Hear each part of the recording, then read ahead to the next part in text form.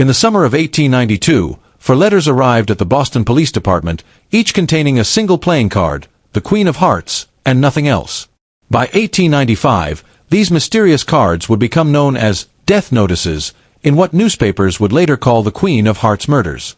But the story of how 4 of Boston's wealthiest men met their demise begins not with playing cards, but with a forgotten portrait hanging in the Blackwood family mansion on Beacon Hill, and the terrible secret it concealed for almost 30 years. The Blackwood sisters, Eleanor, Victoria, Josephine, and Charlotte, were heiresses to one of Massachusetts' most prestigious shipping fortunes. Their father, Nathaniel Blackwood, had built an empire that stretched from Boston Harbor to the South China Sea. His fleet of 42 merchant vessels transported everything from New England textiles to Chinese porcelain, generating a fortune that rivaled the Vanderbilts. By 1892, when our story begins, Nathaniel had been dead for 3 years, and the Blackwood mansion on Beacon Hill had become a temple to his memory, preserved exactly as he'd left it, except for one crucial detail that would trigger the most methodical series of murders Boston had ever seen. The portrait of Nathaniel that hung above the grand staircase had been commissioned just months before his death. The artist, a Frenchman named Henri Lefebvre, had captured the shipping magnate's stern countenance perfectly, the steel-gray eyes that had intimidated business rivals for decades, the rigid posture that spoke of unwavering discipline. But what no one knew was that behind that canvas, sewn into the backing, was a document that would shatter the Blackwood legacy and drive 4 sisters to unimaginable extremes. On a stormy April evening in 1892, while supervising the annual cleaning of her father's portrait, Eleanor Blackwood, the eldest at 31, discovered something peculiar. The frame seemed loose. When she removed it to make repairs, a folded parchment fell to the floor. What she read in those faded pages would change everything. Nathaniel Blackwood's true will, dated just days before his death and witnessed by his personal physician, revealed that he had secretly married his longtime housekeeper, Maria Rossi, and had fathered a son with her. The will left everything, the shipping company, the mansion, the entire Blackwood fortune, to this previously unknown heir, Alessandro Rossi, who was living in obscurity in New York City. The will specified that Alessandro would take possession of the entire estate on his 25th birthday, which was approaching in less than 6 months. The official will that had been read after Nathaniel's death, the one that distributed the fortune equally among his 4 daughters, was, according to this hidden document, merely a temporary arrangement. The true will had been concealed by Nathaniel's corrupt lawyer, Herbert Chilton, who had been handsomely paid by Eleanor years earlier to ensure that the Blackwood fortune remained with the sisters. That night, gathered in the mansion's library with a fire crackling against the spring chill, Eleanor presented the document to her younger sisters. "This changes nothing," she declared, her voice steady despite the trembling of her hands. "Father was clearly not in his right mind. This will is a fraud." Victoria, 29, always the practical one, studied the parchment through her wire-rimmed spectacles. The signatures appear genuine. Dr. Lansing was father's physician for 20 years. He wouldn't have witnessed a fraudulent document. Then Dr. Lansing was deceived, Eleanor countered. This Maria must have manipulated father when he was weakened by illness. Josephine, 26, with her artist's eye for detail, pointed to something the others had missed. Look at the date. This was signed 3 weeks before father showed any signs of illness. He was still attending board meetings, still making business decisions. Charlotte, the youngest at 22, had remained silent, her blue eyes, so like her father's, fixed on the dancing flames in the fireplace. Now she spoke, her voice barely audible. "Father always told us that Blackwood blood was thicker than water, that family was everything. How could he have had another family? How could he have lied to us our entire lives?" Eleanor moved to the mahogany desk that had been her father's and poured 4 glasses of brandy, something the sisters indulged in only on rare occasions. "The question isn't how he could have done this," she said, distributing the glasses. "The question is what we're going to do about it." The plan emerged gradually over the following weeks, refined during late-night conversations when the servants had retired and the sisters could speak freely. It was Victoria who first suggested that the situation called for more than legal maneuvering. "Even if we destroy this will," she reasoned, "there's still the boy, the heir. As long as he lives, our legacy is at risk. Someone might remember, some servant might have known about the marriage, about the child. We need a permanent solution." But it was Eleanor who transformed this vague suggestion into a precise strategy. "We don't just need to eliminate the heir," she explained. "We need to secure our position so thoroughly that no challenge could ever succeed. We need powerful allies, influential connections. We need to become untouchable." And so began what would later be called the season of courtship in Boston society. Each Blackwood sister set her sights on a specific target, men chosen not for their physical attributes or personal charm, but for their strategic value in protecting the family's interests. Eleanor pursued Judge Walter Hammond, the most respected jurist in Massachusetts, whose influence extended to the state Supreme Court. Victoria selected Senator George Prescott, whose political connections reached all the way to Washington.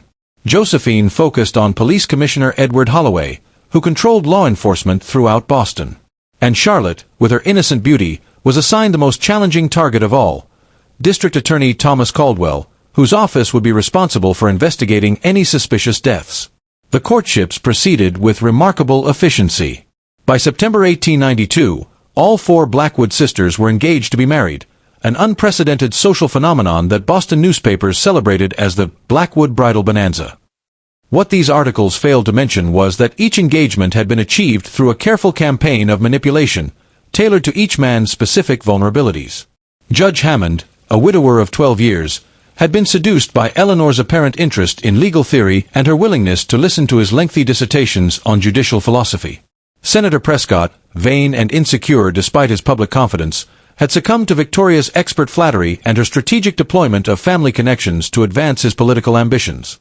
Commissioner Holloway, a man with a secret weakness for gambling, had found in Josephine not only a beautiful young wife but also someone who could discreetly settle his mounting debts.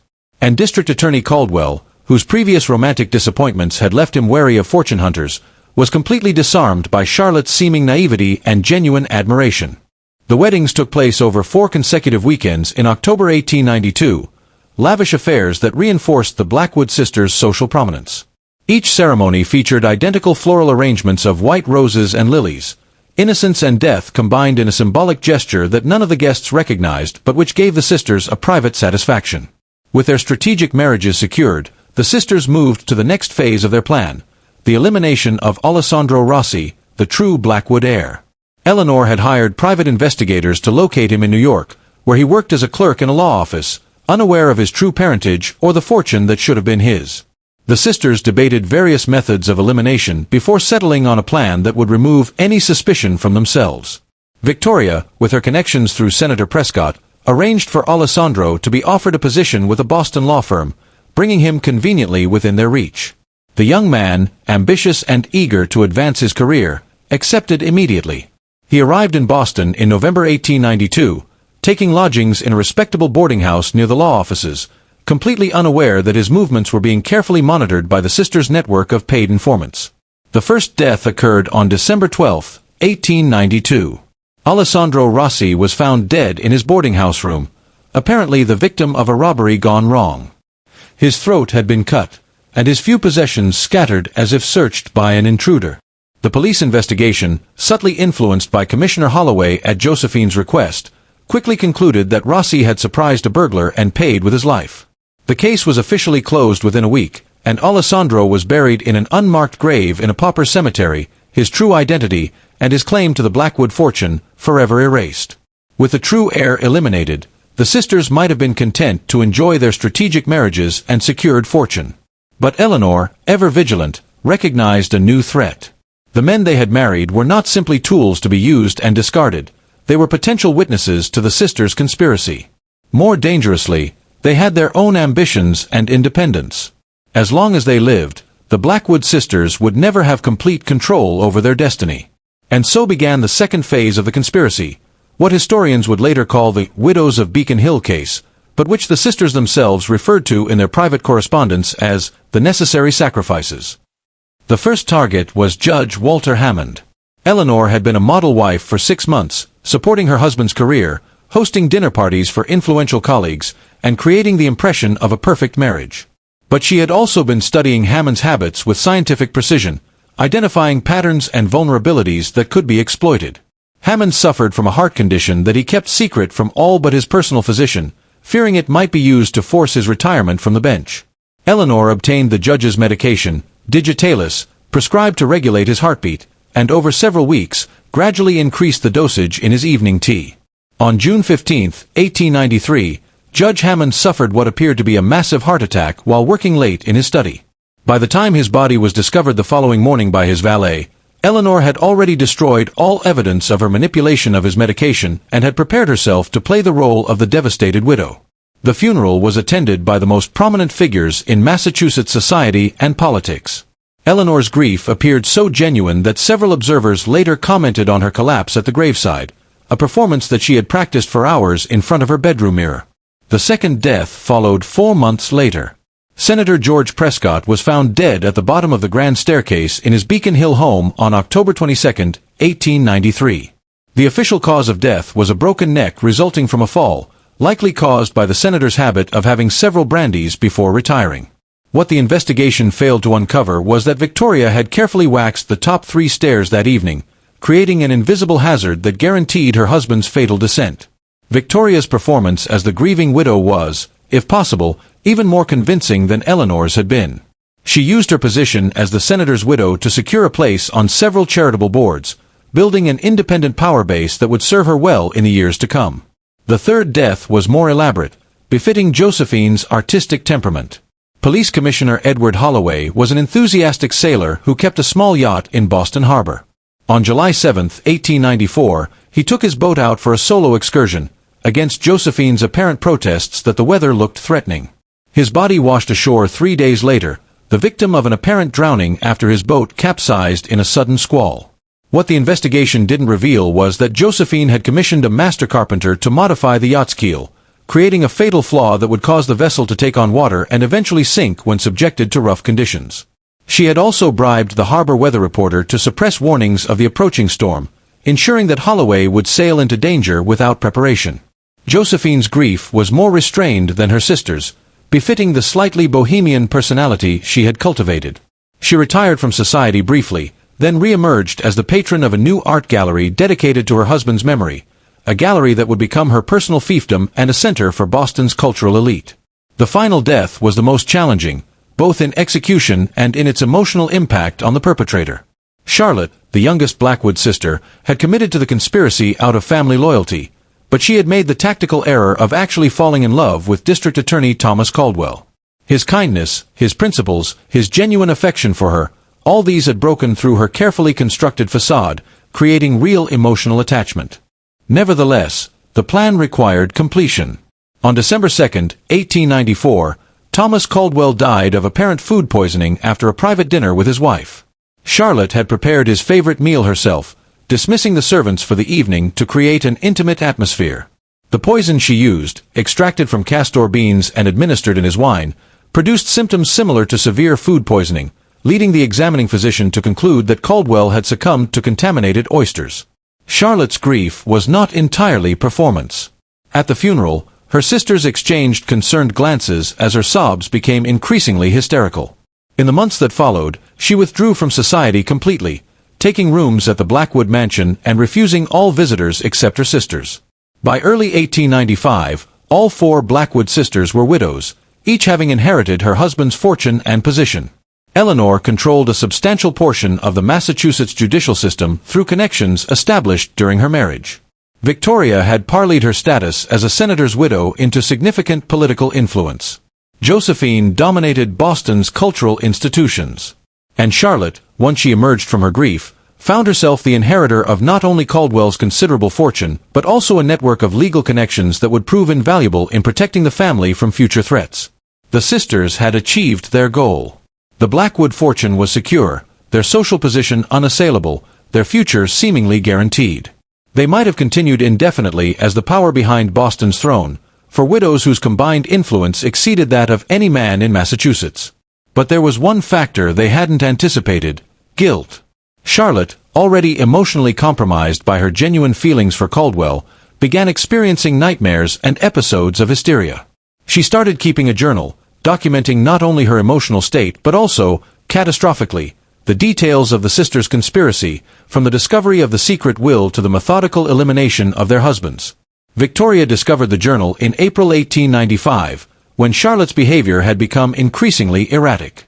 Recognizing the danger it posed, she brought it to Eleanor, who convened an emergency meeting of the sisters in the mansion's library, the same room where they had formulated their original plan 3 years earlier. "This puts everything at risk," Eleanor declared, holding up the incriminating journal. "If anyone were to find this—" "No one will find it," Victoria interrupted. "We'll destroy it, and that will be the end of the matter." But Josephine, always more perceptive about emotional undercurrents, was watching Charlotte carefully. "It won't be the end," she said quietly.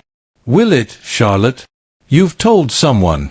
Charlotte's face, already pale, blanched completely. "I had to," she whispered. "The dreams wouldn't stop. The voice, his voice, wouldn't stop. I needed absolution." "Who?" Eleanor demanded, her voice sharp as a blade. "Who did you tell?" "Father Donovan," Charlotte admitted. "In confession. Last week." The implications were immediately clear to all 4 women. While the seal of confession would prevent the priest from going directly to the authorities, his awareness of the crimes created a new and unpredictable risk. Would he try to persuade Charlotte to turn herself in? Would he find some way to alert the authorities without violating his vows? "He has to be eliminated," Victoria stated flatly. "Like the others." But Charlotte, pushed beyond her breaking point, finally rebelled. "No. No more deaths. I won't be part of it again. I can't." The argument that followed was heated, with Eleanor and Victoria insisting on the necessity of removing the priest, while Charlotte threatened to go to the authorities herself if any harm came to Father Donovan. Josephine, caught between sides, attempted to mediate, suggesting alternatives that might neutralize the threat without further bloodshed. The sisters were so engrossed in their conflict that they failed to notice the approach of visitors until the mansion's doorbell echoed through the halls. The butler's announcement froze all 4 women in place. Detective James Sullivan, Boston Police Department. The detective who entered the library was a man in his 40s, with a weathered face of someone who had seen too much of humanity's darker side. He was accompanied by 2 uniformed officers who remained by the door, their expressions neutral but their posture alert. "Ladies," Sullivan began, his Boston accent thick but his diction precise. "I'm investigating a series of anomalies that have recently been brought to the department's attention. 4 prominent men, all married to sisters, all dead within 18 months.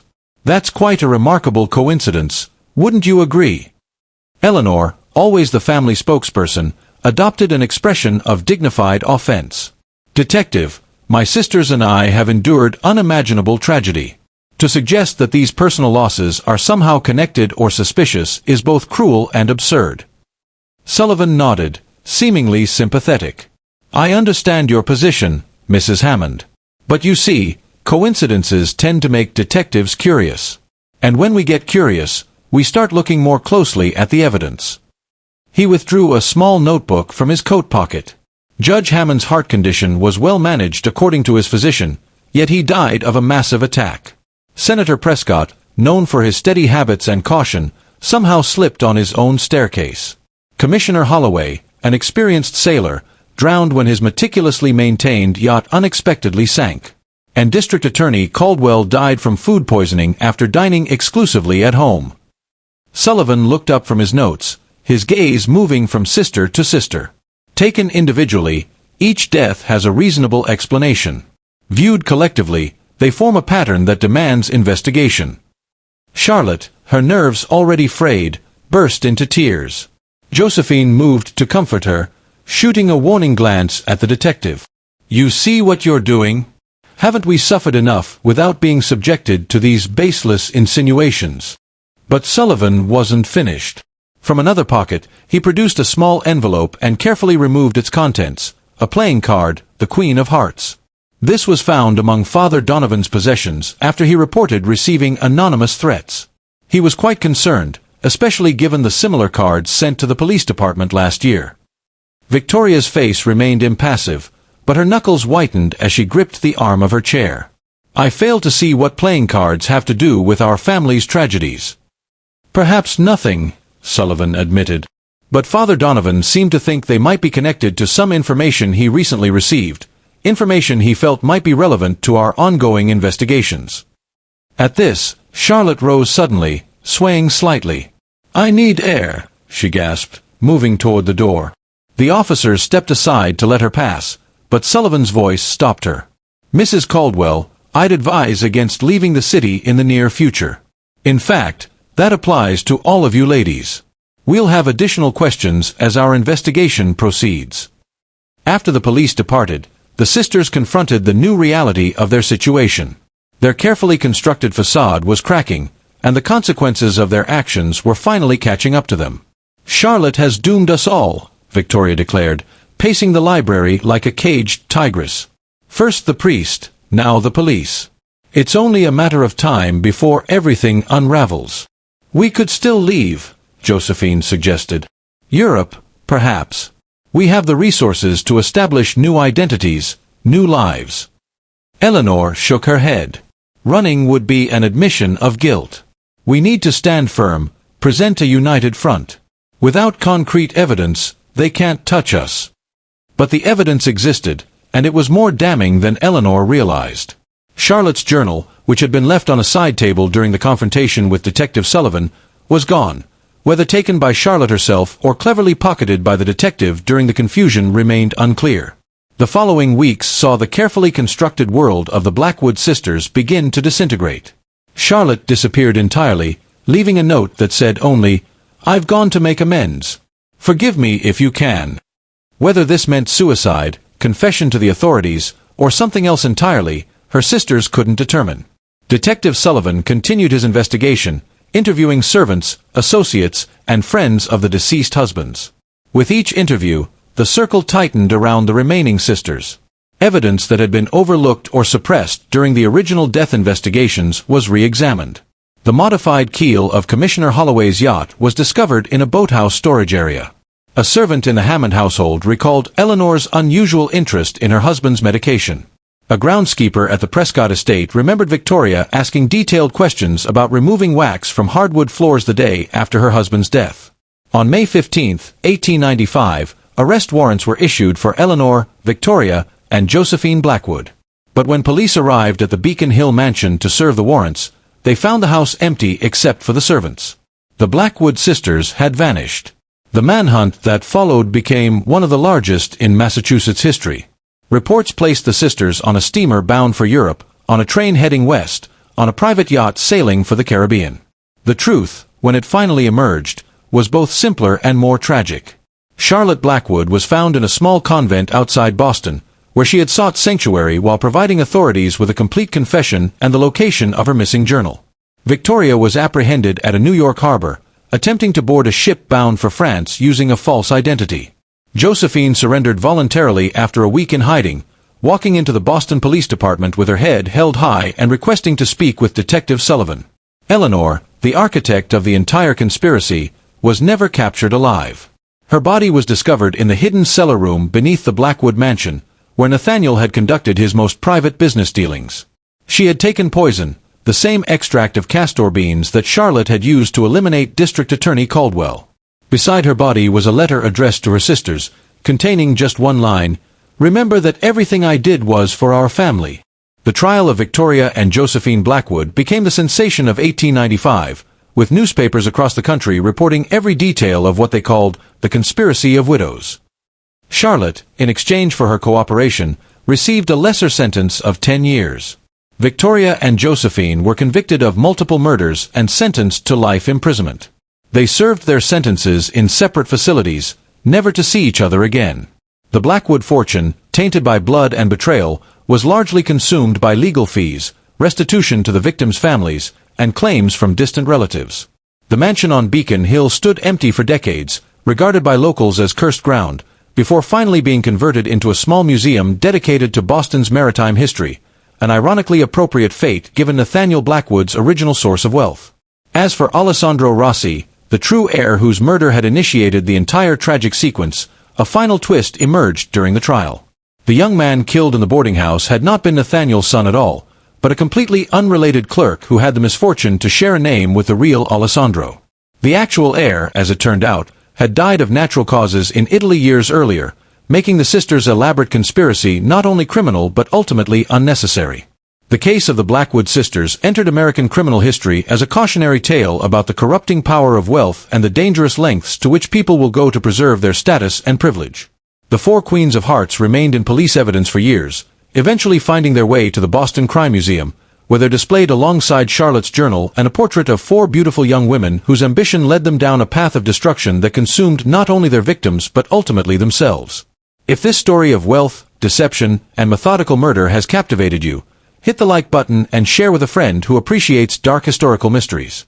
Subscribe to our channel for more true crime stories from America's shadowy past. What other forgotten crimes do you think deserve to be brought to light? Let us know in the comments below, and we'll see you in the next video.